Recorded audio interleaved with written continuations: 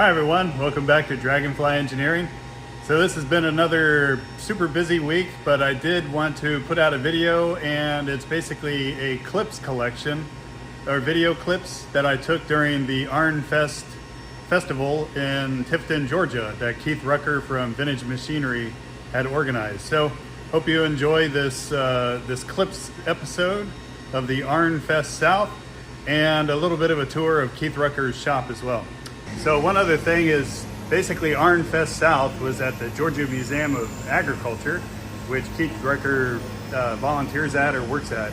So a lot of, or some of the activities that you see are actually basically just showcasing the Georgia Museum of Agriculture. For instance, the line shaft machine shop with its belt driven with an old boiler, and the steam powered sawmill, and the steam powered train as well, the locomotive steam train. Anyway, if you're wondering what's all the old timey stuff, that's because it's at the Georgia Museum of Agriculture. All right, enjoy.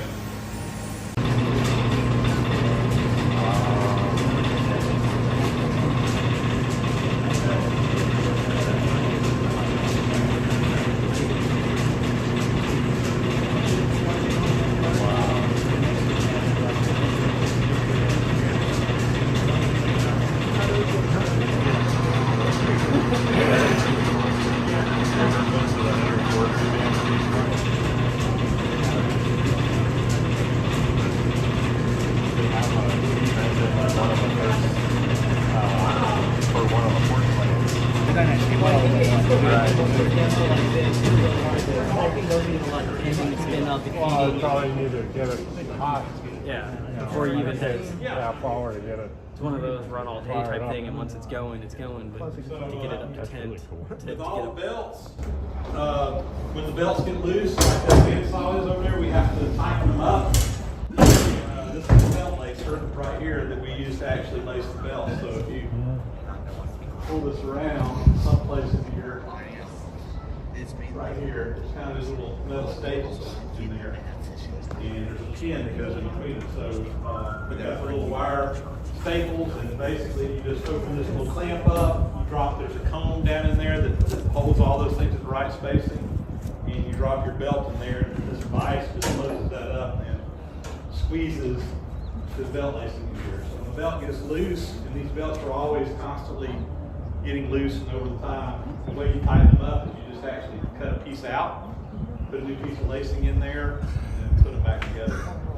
And we've got this boiler, there's the sawmill boiler, there's the cotton gin boiler, and then there's the steam locomotive. So we've got all those boilers that are operational.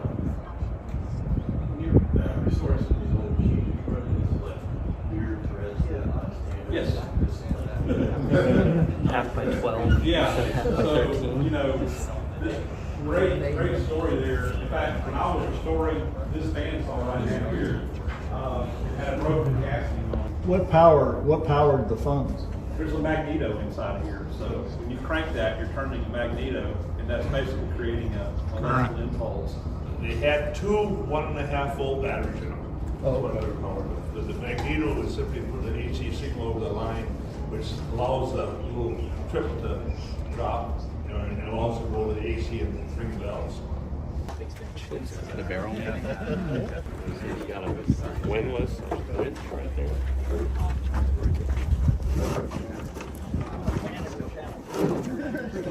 Heck, doing the top one's easy. You got the power equipment.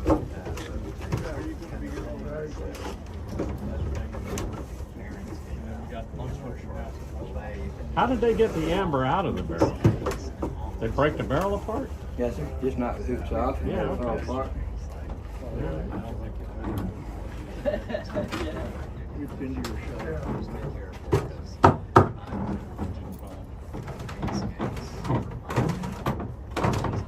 Hello? Bang.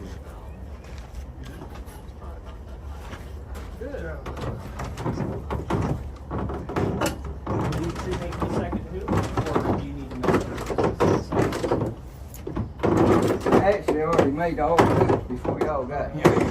It takes a while. It takes maybe 30 minutes to make a hoop, and y'all didn't have that much time, so I made all the hoops ahead of time.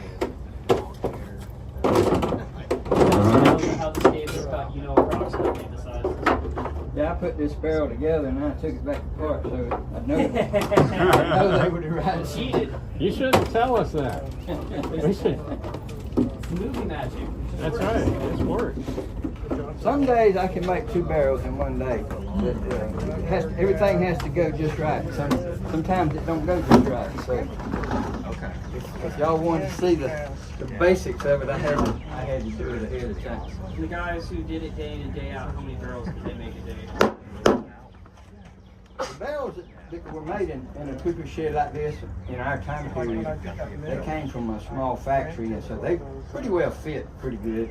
And they could probably make 6 or 8 a day because they fit. They didn't have to do a lot of trimming. We make all these stuff on a table saw. We have a jig that we designed that cuts this. We have a little carriage and a little fence that's curved, and so when we run them through, they put a curve and we tilt the blade at an angle to make the angle. We saw them all on one side. We try to make about 500 at a time so we'll have enough for 2 or 3 years. And then we flip them over to move the fence and saw the other side. And we make them all the same size, and at the end we make about 20 or 30 different widths. Because when you get ready to put the barrel together, the wood might shrink and you might be off a little bit with your table saw set and everything. A 1/16 of an inch on 20 staves, that's over an inch. And you can't have that much. Even a 3/16 or so could make the difference in the head fitting and the head not fitting. So that's what we have to do in our situation.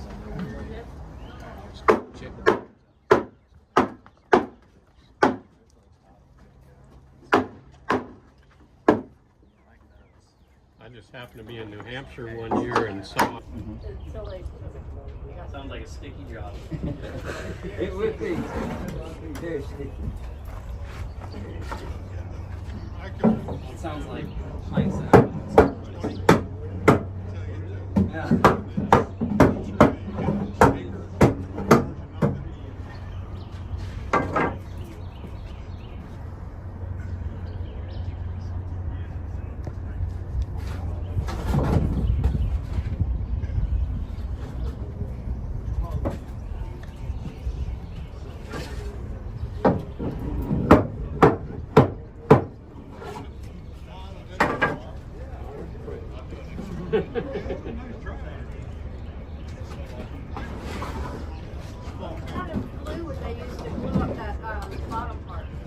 It's got dowels in it. It's got 3 dowels. There's no glue in it. It's just 3 dowels.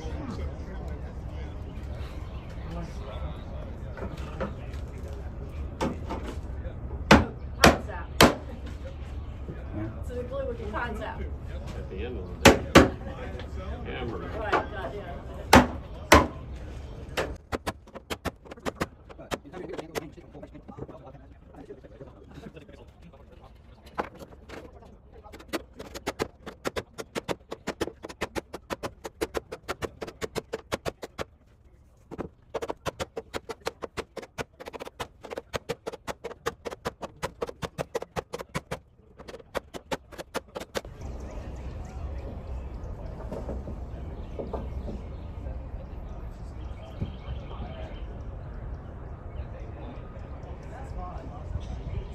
This is the Turpentine still.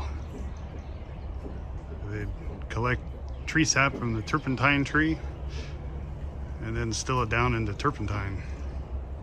I think the turpentine was a pine tree. Oh, here's an example.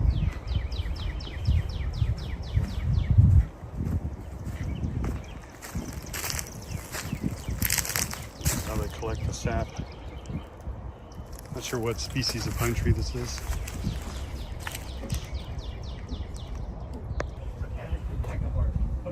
That's the solid turpentine. Amber.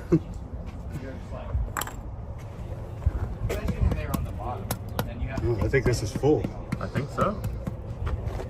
Yeah, it's a big old barrel of turpentine rosin.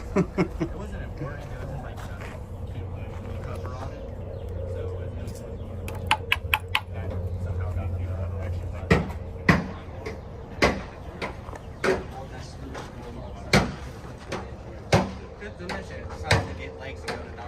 guess this is a rosin still. Maybe also made turpentine here. Needed 4 years ago. Or, And you remember exactly what it was too. boiled the turpentine down into rosin. You have them machine anymore. You know, they're in the point, because that's gonna make it run worse. Turpentine thing. Rosin. I guess it's boiled down turpentine to make rosin. Wow.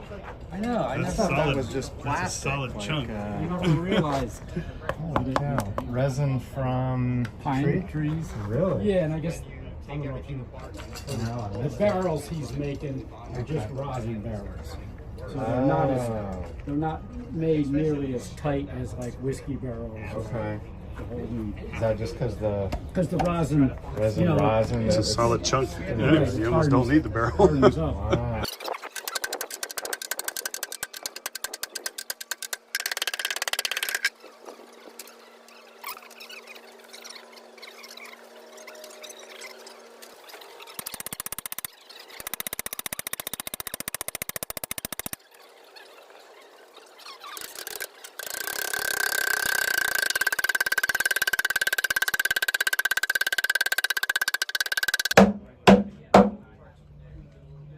Because of the labor of gathering the gum. Okay. They still make a lot of rosin and turpentine in the U.S. by the stumps. They grind up the stumps in the factories where they have chemical processes. But this is called gum spirits of turpentine, where it's made from the gum. I tell people it's kind of like crude oil can make gasoline, kerosene, diesel, all those different things, depending on how you refine it. It's the same way with the pine tree. The resin that the turpentine that you get out of the gum is different from the chemically from the turpentine that you get out of the wood. Okay. Now, is there a turpentine tree, or is it all pine trees? A lot of pine trees will make a little bit of gum that you could distill and make turpentine, but only the slash and the longleaf pine in Georgia make enough gum to make it economically feasible. Oh, All okay. over the world, there's other species that they make turpentine, and that's probably a little chemically a little different from the turpentine we make here. Oh, okay. I want to say. Different kinds of alcohol, you know, and so I'm sure there's different kinds of turpentine probably. Oh, okay. Yeah. Cranking the big up.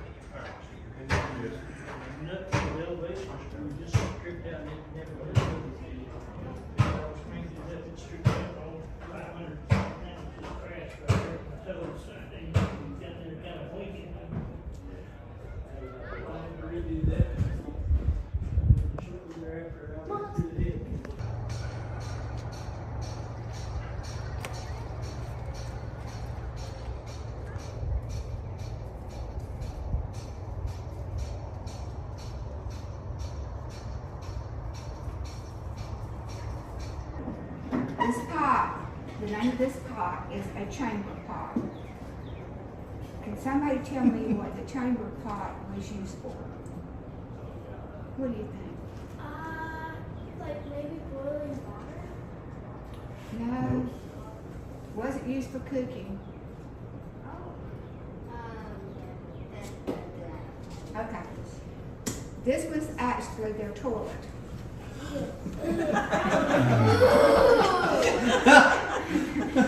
Horses? What is no people? This is your toilet. Horses couldn't be. Wait, we have to.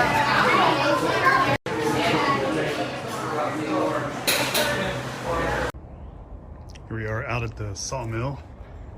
Got the steam boiler going on here, which feeds the saw.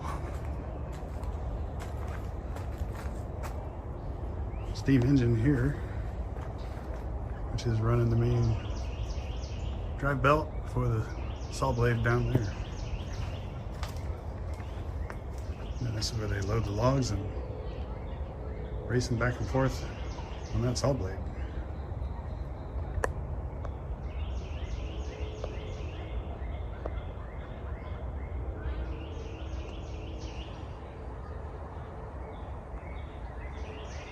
Pretty cool. Oh, here's a cutoff saw.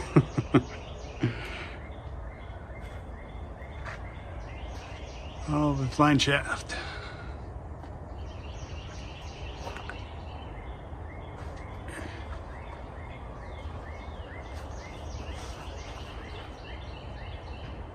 down to this steam engine here.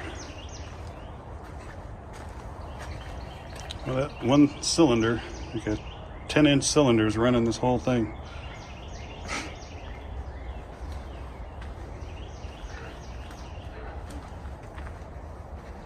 I guess this is where all the drops go.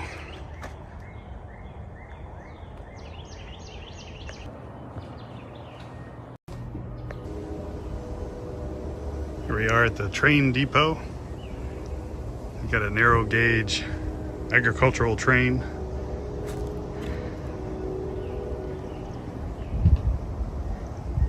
There's our water tower. Let's check it out.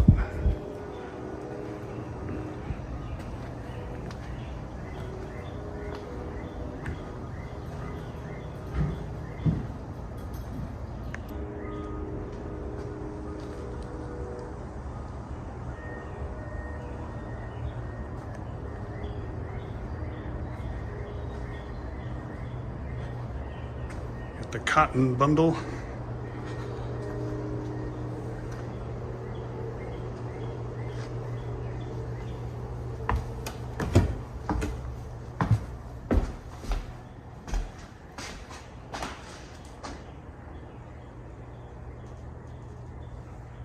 Love the old wiring, knob and tube.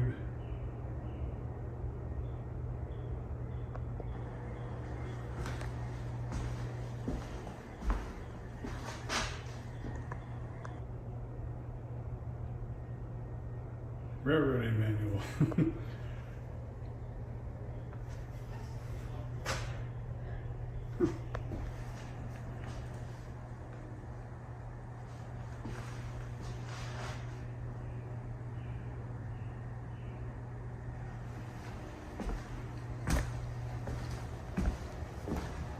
Got a model of their train here.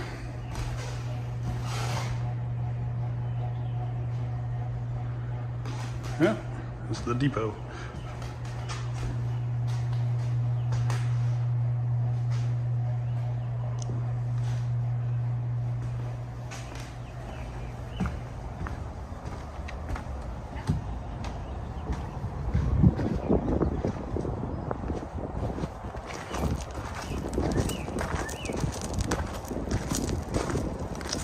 Pretty cool. I like the old signal.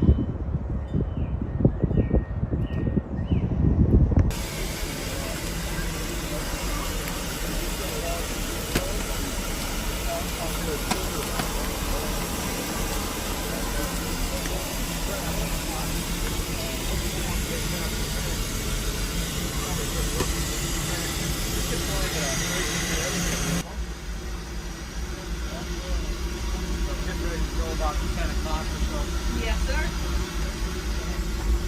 We were just hanging out since all of y'all were having so much fun looking at it. There's no rush, no worries.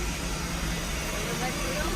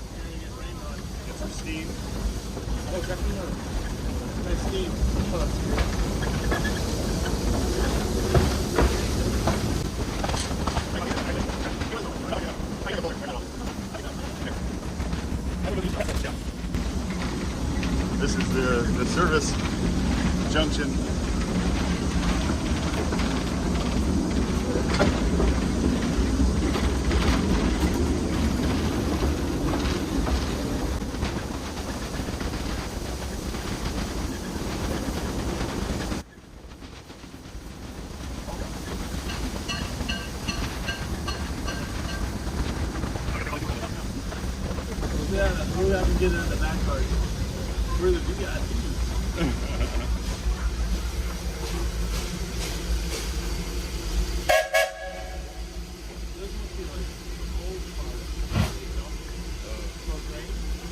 Oh, so the gate. Oh, so this is class. Auto close. Yeah.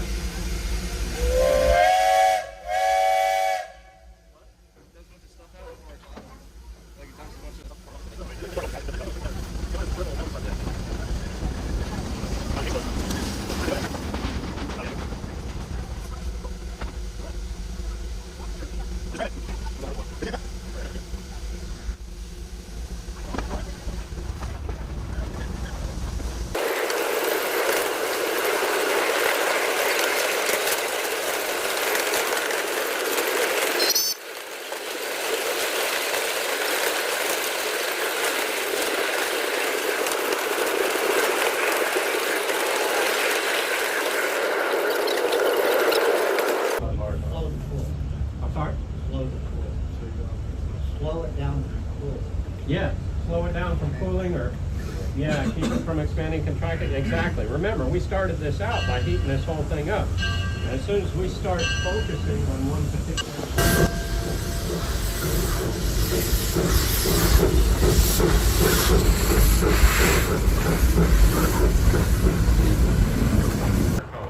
that second cone in to where it's mated up with the inner cone. And we can see that that is it also has a particular sound. Everybody hear that? Yeah? All right. Now, there is a particular thing about turning this thing off. For those of you that know, maybe don't answer the question. Anybody want to guess what happens if I just turn the acetylene off first? Bang! That's right. So, and we do it the reverse way. You turn the oxygen off first, then you turn the acetylene on. And by the way, also, when it goes bang, it can travel back, the flame can travel back down through here. And No, that's interesting. I might have to look into that. Yeah. Because the coverage are some bias, they won't pay you what they're going to play. Yeah.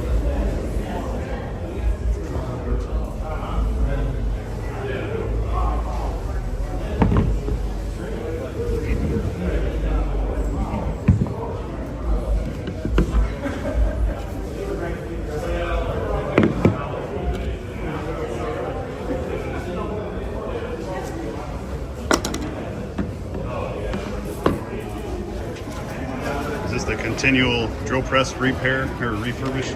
This is the part I don't have on any of, and this is nice. Oh. Got that on video. Gotta put their cutter pin back in. Oops. So what do you don't have? This. Oh. Huh. This paint feels green. Oh yeah. So 14-BO3. You can smell it too. Yeah. It's just painted. 14-BO3. It's a nice little drill press. But you've got this one almost the same? Yeah, I got two of them.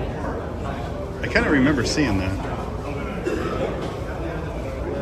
One I got at a machine auction. They had it listed as it was so filthy. They had it listed as a completely different manufacturer. Oh yeah. Oh yeah. This is the Delta. This is the OG Delta. It's Bada. Isn't that what you said? Huh?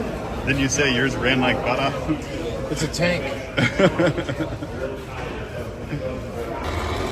up near the top of it. Pull it up straight. Hold your side. Hold your side. Okay, go ahead. Uh-oh. Come on. You want to try another plant? Yeah. How about that pair of pliers?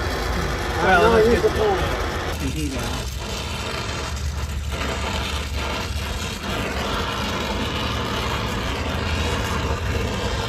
I would get it perfectly lined up and let it cool. And then come back and then come back. Exactly what we're going to do. That other crap.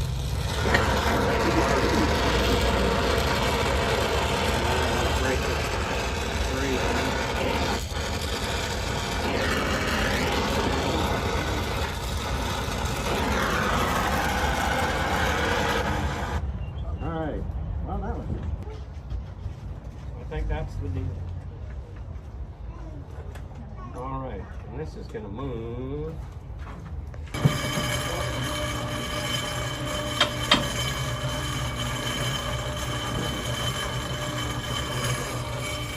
And normally I don't run it that wet, but you know what? As dry as it is out here, it's Might actually come away with that not being. it's gonna look pretty good, I believe. That's the main thing. As long as we meld it out. This pattern, Plastic. yeah, it's Okay. PLA, I believe. That's what they were. So it'll vaporize. Yeah. More or less. Well, it's gonna burn. Yeah. Yeah. When I put that torch on it, it'll probably flame up, but that's when we don't need to breathe it. The modern equivalent of lost wax casting is lost PLA casting. Yeah. Yeah. Now, like I said, this sand, I had to wet it more than normal, so we. It's all right. We're outside and it's going to evaporate. Yeah. Do you ever try to pack it down, or is that a sin? Like, do you tamp the black stuff down into the casting to get Once we get air or anything in there? Once I get the lettering covered, I'm going to go ahead and I'm going to start shoveling this in, get it about halfway, and then I'm going to ram it. Ram it, okay. Yeah, this is the longest.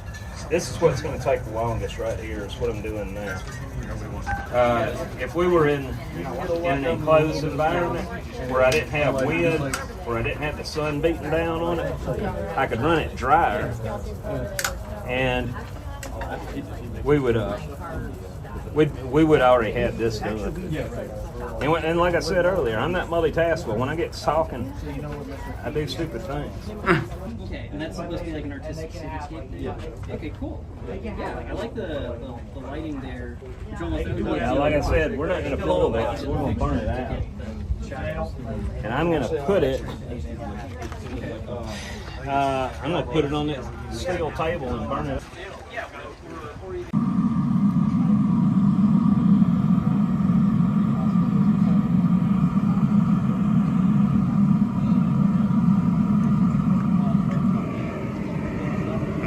Lever thing.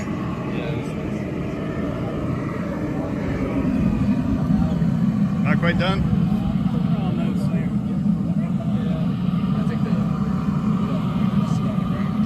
Well, that's what you need.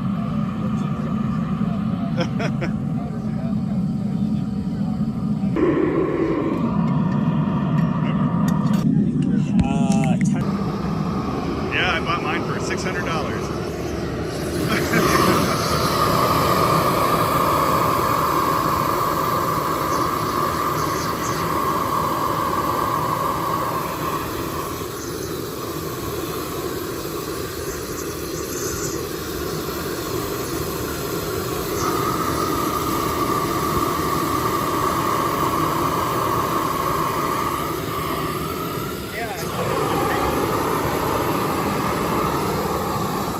Making the ingot mold? Sure.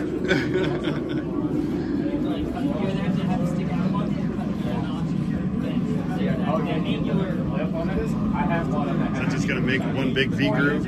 Yeah, just a bowl. Oh, nice. Just something to catch it so that it doesn't waste it.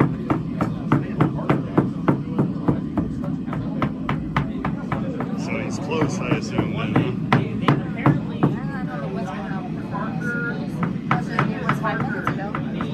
Oh, he's still putting more metal in there.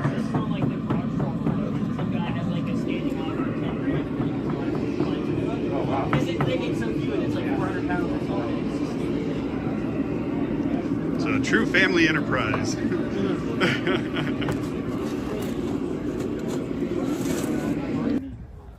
I think I got it. Okay.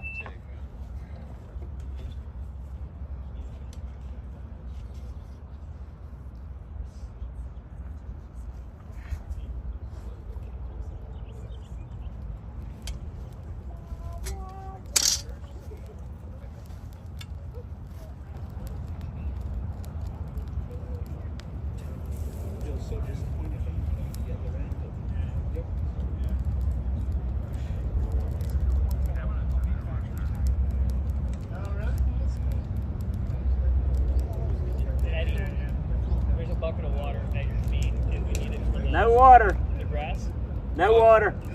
Okay, I said if he needs it. I said no. He said if. He said no. Oh. That's why I said if. I thought he said water. No, I said no. That's why I said if you need it. Let me move over here in case so I can see better. Keith's on fire, he's not water. Clark. Clark's on fire, right? Yeah. If anyone else. The grass we'll worry about later. Yep.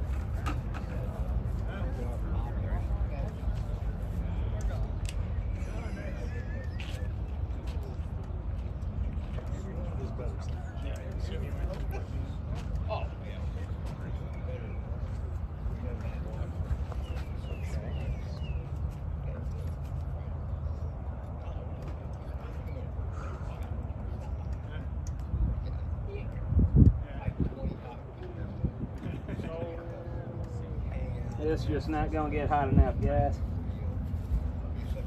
Got one. 1 3/4. All right. Well,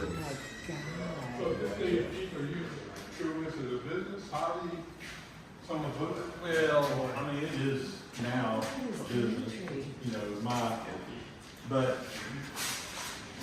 the thing a lot of people don't understand is that my business is so much job, business is making videos, and this is my content, so it's not like I'm out here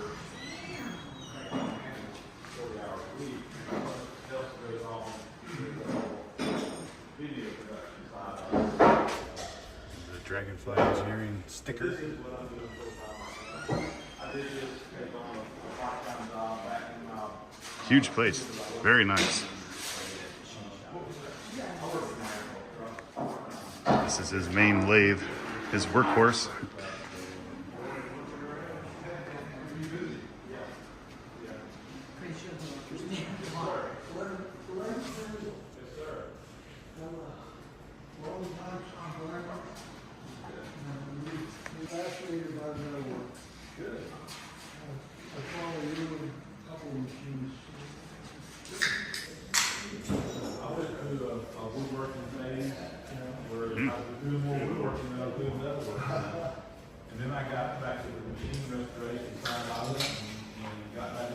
Very cool.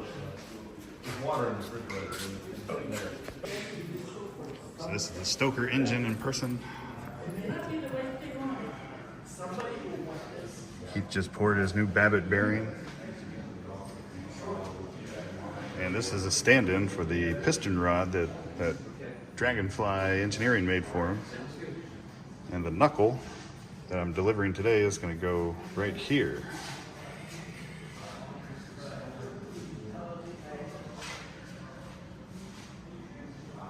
And there's two of them.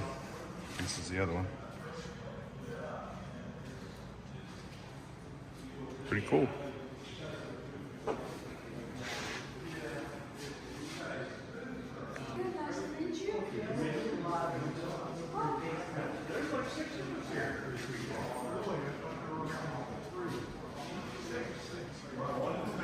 This is his belt drive planer, metal planer.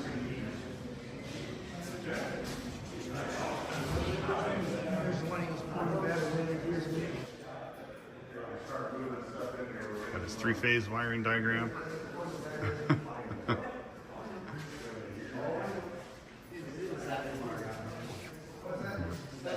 Remnants of the wood shop. He was saying he wants to expand wood more, but he probably has to add on to the building.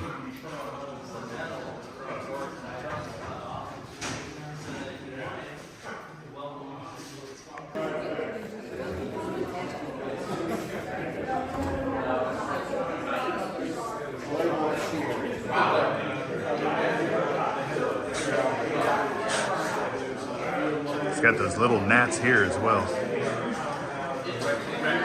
Yeah. They lock onto you. It's like, why am I keep going into my... Yeah.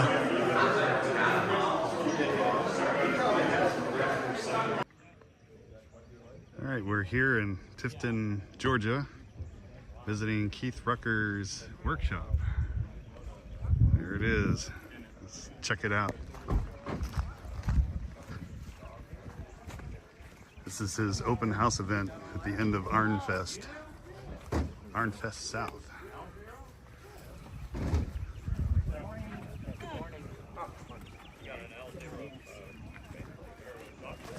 Let's see what's going on in there. What's the prize? Which is always All sorts of good stuff.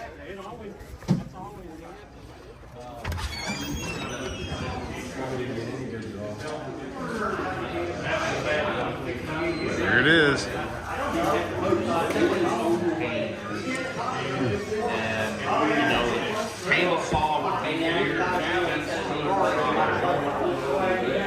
Keith entertaining guests.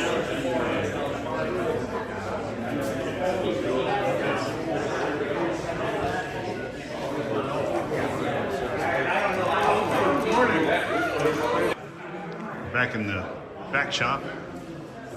He's got some woodworking going on. More of the dirty processes. Sawing wood, sandblasting and things. Here's his surface grinder. Thompson surface grinder. In great shape. The ever continuous cane mill restoration projects. This big drill bit grinder. Huge grinders.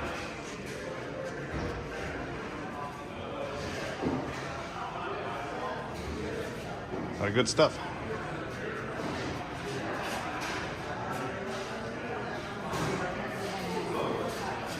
This is his belt drive planer that he's worked on for over a year, actually. It's in good shape. This must be his new horizontal boring mill.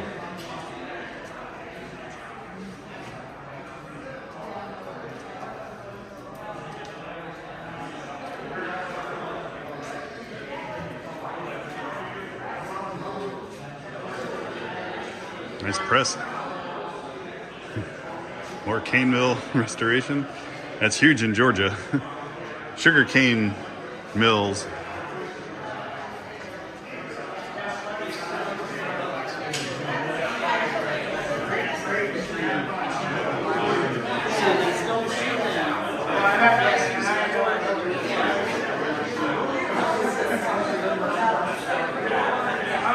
You enjoy.